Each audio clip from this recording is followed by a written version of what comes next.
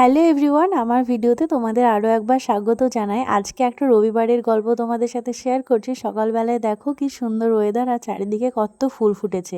আর একটু পরে তোমাদের সব ফুলগুলোই দেখাবো।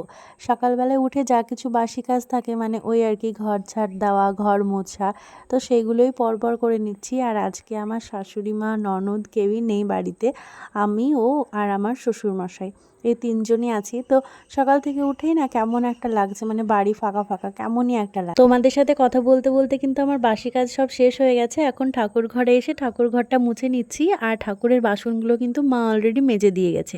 তারপরে আর কি ফ্রেশ ট্রেশ তো হয়ে নিয়েছি। এখন আমি নিজেকে একটু প্যাম্পার করে নিচ্ছি আর কি, ওই আর কি স্কিন কেয়ার। তো এইটা কিন্তু প্রত্যেকটা দিন হয়ে ওঠে না। যেদিনকে হয়তো লেট হয়ে যায় বা কাজের কারণে হয়তো একটু তাড়া থাকে, সেদিনকে কিন্তু আর হয়ে ওঠে না। তো আজকে কিন্তু প্রপার ওয়েতে সমস্তটা করছি আর কি। তো যাই হোক, এখন নিচে গিয়ে চাটা করব। আর এখনও কিন্তু ও এখনও ওঠেনি, তো সেই জন্য বিছানা এখন গোছানোর কোনো প্রশ্নই আসে না। তো ও ওঠার পরে কিন্তু ওই বিছানাটা গুছিয়ে দেয়। তবে রবিবারের দিনটা আমিই গোছাই, কারণ প্রত্যেকটা দিন তো ওই গোছাই। তো রবিবার দিনটা করে আমি বলি যে আমিই গুছিয়ে দেবো।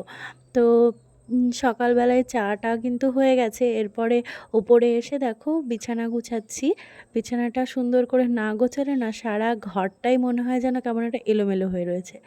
আর জানো তো, এই রিসেন্টলি মানে এই ভিডিওটা এডিট করতে করতে মনটাই খারাপ হয়ে গেল। এই যে হেডফোনটা দেখতে পাচ্ছ, এইটা না আমি আর পাচ্ছি না।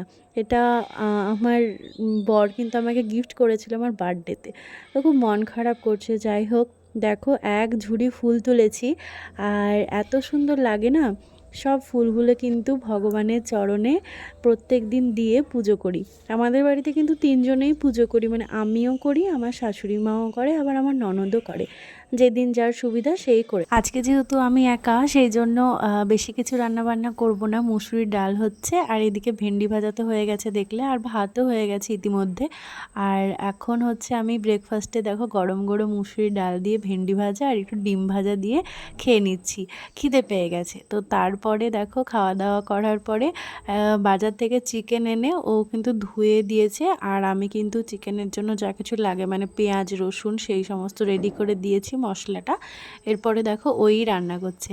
আমার বর কিন্তু খুব সুন্দর রান্না করতে পারে, মানে অনেক কিছুই কাজ পারে আর কি।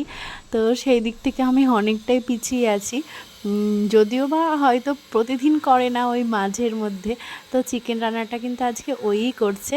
যদিও ও ক্যামেরার সামনে আসতে চায় না, কিন্তু ওই হয়তো অনেকবার বলাতে বা একটু আসতেই হয় আমার জন্য, এই আর কি। তো যাই হোক, চিকেনটা বেশ ভালো হয়েছে। আর কষা তুলে রাখলাম, কারণ আমাদের বাড়িতে ঝোলের মাংস সেরকম কেউ পছন্দ করে না। তো ওই আর কি। এরপর বাসনপত্র ধুয়ে মেজে কিচেনকে একদম ক্লিন করে নিয়েছি। এরপরে অফ স্ক্রিনে প্রচুর কাজ শেষ করেছি গাইজ। এরপরে দেখো আমার ড্রেসিং টেবিলের সেটআপটা একটু চেঞ্জ করেছি, সেটাই তোমাদের সাথে শেয়ার করলাম। আর চিরুনিটা আমি সুন্দরবন থেকে নিয়েছি। আর আজকে একটু শ্যাম্পু করেছি, সেই জন্য হেয়ারে একটু সিরাম লাগাচ্ছি। আমি লিভনের যে সিরামটা পাওয়া যায় ওইটাই ইউজ করি। এরপরে দেখো এখন আমি পুজো দিয়ে নিয়েছি, তো সেটাই তোমাদের সাথে একটু ভিডিওর মাধ্যমে শেয়ার করছি। আর যেহেতু তোমাদেরকে বললাম অনেকটাই বেশি লেট হয়ে গেছে আজকে স্নান করতে, তো সেই জন্য তাড়াতাড়ি করে এখন লাঞ্চটা করে নেব দুজন মিলে। তো তারপরে একটু রেস্ট নিয়ে সন্ধ্যা হয়ে গেছে, এখন সন্ধ্যাও দেখিয়ে নিলাম। আর সন্ধ্যা দেওয়ার পরে ওই টিফিন করা বা এইগুলো করেছি, সব কিছু হয়তো ফোনে দেখানো সম্ভব হয় না। এরপরে আমার বরের হঠাৎ করে পাটিসাপটা খাওয়ার ইচ্ছা হলো। ও কিন্তু খুব সুন্দর পাটিসাপটাও ভাজতে পারে, তোমরা দেখছো হয়তো। যাই হোক, ও নিজেই কিন্তু সবটা করেছে, আমি পারি না। ওই সব কিছু রেডি করে দিলে হয়তো ভাজতে পারি। যাই হোক, আজকের ভিডিওটা এইটুকুই। ভালো লাগলে লাইক কমেন্ট শেয়ার করো।